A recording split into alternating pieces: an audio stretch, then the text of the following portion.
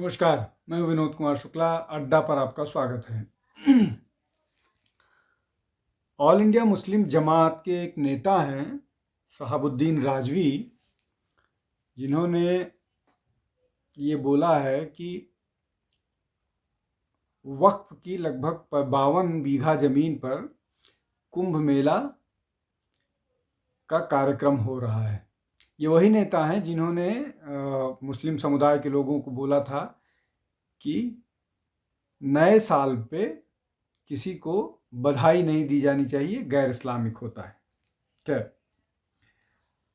अब ये जो बात कर रहे हैं राजवी साहब, कहने के लिए तो इनको आप फ्रिंज एलिमेंट कह लीजिए, लेकिन ये लोग समुदाय का प्रतिनिधित्व करते हैं। प्रतिनिधित्व क्यों करते हैं?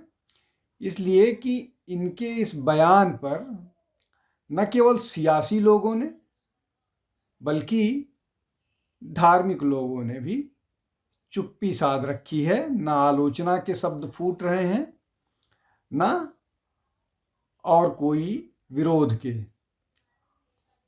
इनडायरेक्टली या उसमें भी विभाजन है, इनको समर्थन किया जा रहा है। जैसे समाजवादी पार्टी का एक बड़ा वर्ग इनके समर्थन में खड़ा है, जो उनका ऑफिशियल प्रवक्ता है, लेकिन जो डिबेट में जा करके समाजवादी की पार्टी के प्रवक्ता दूसरा रुख ले रहे हैं। खैर, अब इसको जो वक्फ की बात कही जा रही है, वक्फ को लेकर के बहुत सारे विवाद हैं, वक्फ को लेकर के बहुत सारा मसला है, विवादित मामला है। इसीलिए सरकार ने एक बिल संसद में पेश किया है और जो जेपीसी के पास है वो ये फैसला, उसमें बहुत सारे विषयों को लेकर के चर्चा होनी है। उसके बाद वक्फ को लेकर के फैसला किया जाएगा, उसमें बदलाव किया जाएगा। हालांकि एक बड़ी जनसंख्या ये कह रही है कि इस देश में किसी भी सेक्युलर कंट्री में वक्फ की कोई भूमिका नहीं हो सकती और इस बिल को ही स्क्रैप किया जाना चाहिए। अब इसके राजनीतिक पक्ष भी हैं, जिसको आप कह लीजिए सियासी पक्ष भी हैं, धार्मिक पक्ष भी हैं। दोनों को समझने की कोशिश करते हैं। पहले इसके धार्मिक पक्ष को समझने की कोशिश करते हैं। हालांकि वो भी राजनीति से ही जुड़ा हुआ है। अपने राजनीतिक फायदे के लिए पहले नेहरू ने, बाद में नरसिम्हा राव ने और उसके बाद मनमोहन सिंह ने इसमें इस तरह के बदलाव किए जो सीधे तौर पर हिंदू हितों के खिलाफ गए। पहले जब नेहरू जी ये बिल लेकर के आए, वक्फ बिल, तभी ये हिंदुओं के हित में नहीं था। उसके बाद जब इसमें बदलाव किया नरसिम्हा राव की सरकार ने, तब ये और ख़राब हो गया और जो रही सही कसर बाकी थी उसको मनमोहन सिंह सरकार ने कर दिया। और ये सब चुनावी फायदे के लिए, सियासी फायदे के लिए किया गया। तो अब ये तो हो गया इसका राजनीतिक फायदा, और वो इसलिए कि इससे मुसलमान खुश होकर के कांग्रेस को वोट करेगा। अब कांग्रेस को वोट करना ये एक अपीजमेंट पॉलिटिक्स का हिस्सा था, किस तरह से वो मुस्लिम मतदाताओं को अपनी तरफ खींचे वो। अब इसका धार्मिक पक्ष क्या है? इसका धार्मिक पक्ष ये है कि मुस्लिम नेता जो है वो फतवा इशू करते हैं। फतवा इशू करने के बाद इस तरह का मंजर बनता था जहां पर सारा का सारा मुस्लिम समुदाय एक पक्ष में वोट करता था। हालांकि बाद में इसमें थोड़े बदलाव आए, लेकिन जो वोटिंग पैटर्न है वो सेम रहा। मुसलमान एक तरफा वोट करता है, एक तरह को वोट करता है और उन लोगों को वोट करता है, मैं इसमें बीजेपी भी नहीं नाम करूंगा, उन लोगों के समर्थन में वोट करता है जो उनकी बात आंख बंद करके माने। और दूसरे धार्मिक पक्ष जो हैं उनके इंटरेस्ट के ऊपर मुस्लिम इंटरेस्ट को प्राथमिकता दे। तो ये इसका धार्मिक पक्ष हो गया। और इसी कारण से ये जो सारे के सारे नियम कानून इसमें जो बदलाव किए गए वो हुए। अब उसके बाद जो वक्फ बाय यूज़र हो गया, इसके बाद जो ट्रिब्यूनल को इंट्रोड्यूस किया गया, ये सारे के सारे सारी की सारी बातें सामने आ गई। और जब से ये नया वक्फ इंट्रोड्यूस हुआ है तब से तो मनमानी सी चल गई है। जिस जमीन को उनका मन कर रहा है वो अपना बोल दे रहे हैं। अब इसमें 3-4 और बातें कर लेते हैं। जैसे साध्वी ऋतंभरा जो राम मंदिर के समय से हिंदू हितों की बात करती रही हैं, वो लगभग इस राजनीतिक मामलों से दूर हो गई थी और वो अपने वात्सल्य ग्राम में अनाथ बच्चों की सेवा के लिए उनके लिए काम करती थी। उन्होंने पहली बार ये बयान दिया, इस तरह की बात कही लंबे समय बाद, कि जो लोग देश का बंटवारा करके एक अलग देश ले चुके हैं, वो वक्त के नाम पर इस देश में गजवाए हिंद फैलाना चाह रहे हैं और देश की जमीन पर संसाधनों पर कब्जा करना चाह रहे हैं। ये बात उन्होंने कही और वो उन्होंने बहुत जोरदार तरीके से कही। अब इसमें एक और बेगानी की शादी में अब्दुल्ला दीवाना वाली स्थिति है लेफ्ट पार्टी की। लेफ्ट पार्टी के एक नेता हैं विवेक श्रीवास्तव, वो टीवी चर्चा में ये कह रहे हैं कि सरकार को कुंभ मेले के दौरान हैजा फैलने के से रोकने का इंतजाम करना चाहिए। अब उनकी अज्ञानता को हम क्या बोलें, वो हमेशा से बोलें कि कुंभ जो है वो हैजा फैलाने, मतलब उनकी मंशा कहने का जो मन था कि ये यहाँ से आने के बाद हैजा फैलता है, मतलब इतना डिसरिस्पेक्ट उनके लिए है। अब इसमें 2 और पक्ष हैं, उन दोनों पक्षों की बात करते हैं। एक तो इस्लामिक पक्ष हो गया। अब दूसरा, जिन जमीनों को मुस्लिम पक्ष वक्फ बोर्ड घोषित कर रहा है, वो एक तो गंगा के किनारे हैं, गंगा और जमुना के झूसी जो है वो उसका एक हिस्सा जमुना के किनारे है और जो नैनी वाला इलाका है वो गंगा के किनारे है। अब महत्वपूर्ण बात यह है कि गंगा के किनारे तीर्थ क्षेत्र में कोई भी वक्फ प्रॉपर्टी नहीं हो सकती है।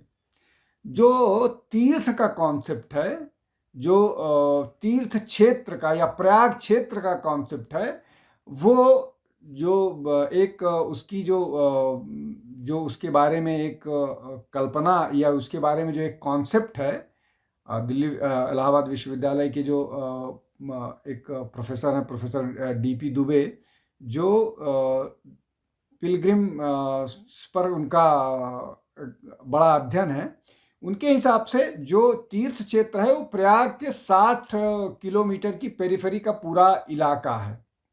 अब अगर उस दृष्टि से देखें तो संगम के इर्द गिर्द जिन जमीनों पर दावा किया जा रहा है वक्फ प्रॉपर्टीज कैसे हो सकती हैं। दूसरी बात यह कि उनके पास इसके कोई कागज भी नहीं है, ये सारी चीजें मौखिक है। ये बेसिकली हिंदुओं की धार्मिक भावनाओं को आहत पहुंचाने, उनको चिढ़ाने की एक योजना है और इस तरह के मामले पर सरकार को विद्वेष फैलाने के मामला दर्ज करके इस तरह के लोगों पर कानूनी कार्रवाई करनी चाहिए। लेकिन चूंकि राजनीतिक समर्थन मिलता है इसलिए इस तरह के लोग इस तरह की बयानबाजी करते रहते हैं। अब गंगा के दोनों क्षेत्रों में वक्फ प्रॉपर्टी का दावा कोई कैसे कर सकता है, चाहे वो नैनी की तरफ का मामला हो चाहे झूसी की तरफ का मामला हो। इस तरफ तो संभव ही नहीं है, इसलिए कि इस तरफ तो गंगा बाढ़ के समय पूरा कब्जा कर ले, मतलब पूरा उस बढ़ के आ जाती हैं, तो संभव ही नहीं। तो ये एक पक्ष हो गया कि वो तीर्थ क्षेत्र है, तीर्थ क्षेत्र में वक्फ प्रॉपर्टी कैसी हो सकती है। अब इसका जो राजनीतिक पक्ष है उसको समझने की कोशिश करते हैं कि ऐसा क्यों हो रहा है कि अचानक एक के बाद वक्फ प्रॉपर्टी आ गई है। जिस तरह से वक्फ बिल आने के बाद, चाहे वो जमीयत उलेमा हिंद हो या बाकी मुस्लिम नेता हों, वो लगातार ब्लैकमेल कर रहे थे 2 सरकारों को। और जमीयत उलेमा हिंद ने तो बाकायदा, चाहे उनका दिल्ली का कार्यक्रम हो, चाहे वो पटना का कार्यक्रम हो, चाहे हैदराबाद मतलब आंध्र प्रदेश का कार्यक्रम हो, तीनों के कार्यक्रमों में धमकाया था कि चंद्रबाबू नायडू को हमारे साथ आ जाना चाहिए, हमको इस मामले में समर्थन करना चाहिए, नीतीश कुमार को हमारे इस मामले में समर्थन करना चाहिए। लेकिन ऐसा हुआ नहीं।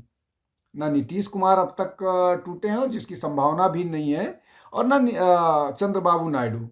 तो एक ये बड़ा पक्ष हो गया जिसके कारण से जो वक्फ के समर्थक हैं या जो मुस्लिम नेता हैं जिनका अपना इंटरेस्ट है, जो जिन्होंने खुद वक्फ की ज़मीनों पर कब्जा करके रखा है, और चाहे वो जमीयत उलेमा हिंद के नेता हों, चाहे वो असदुद्दीन ओवैसी हों, चाहे वो और कोई बड़ा इस तरह का धार्मिक नेता, सब कहीं न कहीं से वक्फ की ज़मीनों पर काबिज हैं। और वो वक्फ की ज़मीन का जब चर्चा होगी, उस पर उसके कागज़ मांगे जाएंगे, तो इनके पास ज़मीन नहीं हो। चाहे वो जमीयत उलेमा हिंद का दफ्तर हो दिल्ली का, उसको लेकर के भी इस तरह की बात है कि वो वक्फ की प्रॉपर्टी है और उस पर जमीयत उलेमा हिंद काबिज है। और उस के अलावा और भी बहुत सारी ज़मीनें हैं। अब इसके अलावा जो दो मसला बात हो गई नीतीश कुमार की और चंद्रबाबू नायडू की, उसके अलावा जो बदलाव दिख रहा है वो ये है कि सुप्रिया सूले जो राष्ट्रवादी कांग्रेस पार्टी की नेता हैं, उनकी पार्टी का एटीट्यूड भी सरकार के प्रति थोड़ा सा बदला हुआ दिख रहा है। उद्धव ठाकरे अगर वो नहीं भी बदलेंगे तो उनकी पार्टी के जितने एमपी हैं वो शायद इस बिल के खिलाफ, इस बिल के समर्थन में ही जाएंगे, इस बिल की खिलाफत नहीं करेंगे। उमर अब्दुल्ला के राग में भी बदलाव हुआ है। तो ये जो पूरा का पूरा मसला है पॉलिटिकली भी अब इनके खिलाफ जाता हुआ दिख रहा है।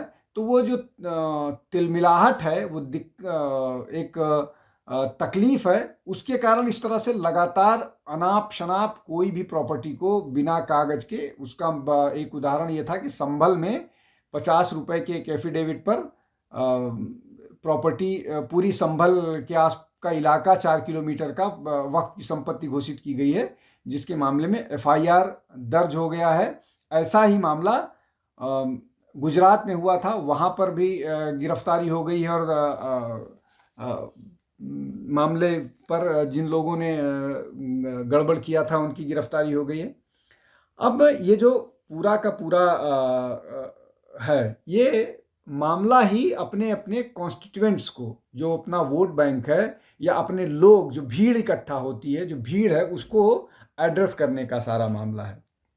चाहे जो हो, चाहे वो बदरुद्दीन अजमल हों जो आसाम से एमपी रहे हैं, इस बार कांग्रेस के नेता से चुनाव हार गए, वो पार्लियामेंट को वक्फ की ज़मीन कहते हैं।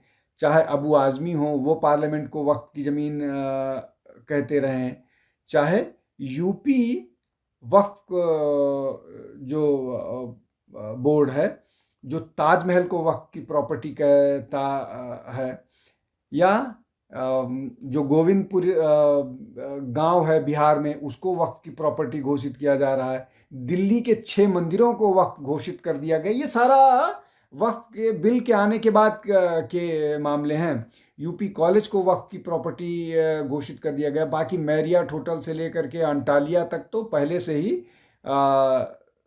दावे किए जा सकते हैं। अब वक्फ को लेकर के एक और बड़ा मसला है। मसला ये है कि ये जो ओनरशिप का इशू है, ये ओनरशिप सामान्यतया से सिविल का मामला होता है, सिविल कोर्ट में जाना चाहिए। लेकिन वक्फ को लेकर के एक ट्रिब्यूनल बना हुआ है। आप अगर हिंदू इंडाउमेंट जो लैंड है उसको लेकर के कोई मसला फंसता है, तो कोई भी व्यक्ति सिविल कोर्ट में जा कर के उसके फैसले के लिए उसके फैसले उस पर निर्णय खोज सकता है।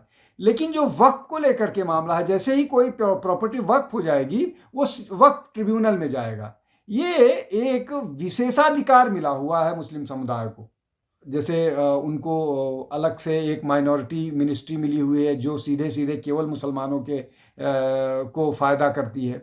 दूसरा प्लेसेस ऑफ वर्शिप एक्ट है, वो भी उसमें ज़्यादातर मामले हैं जहाँ पर हिंदू मंदिरों को गिरा करके मस्जिद बनाए गए हैं। इसलिए उनको एक विशेषाधिकार दे दिया गया है कि आप उसको कोर्ट में नहीं चैलेंज कर सकते हैं, 47 के बाद आपके उसका स्ट्रक्चर को नहीं बदल सकते हैं। तो ये जो बहुत सारे मसले हैं, जो सारा का सारा मामला है, उस पूरे मामले को किस तरह से देखा जा रहा है, किस तरह से उसको लगातार दावे बढ़ते जा रहे हैं, ये निश्चित तौर पर बहुत ठीक बात नहीं है। लेकिन अब हिंदू समुदाय भी इसको लेकर के जागरूक हो गया है। आज के लिए बस इतना ही। बहुत बहुत धन्यवाद। नमस्कार।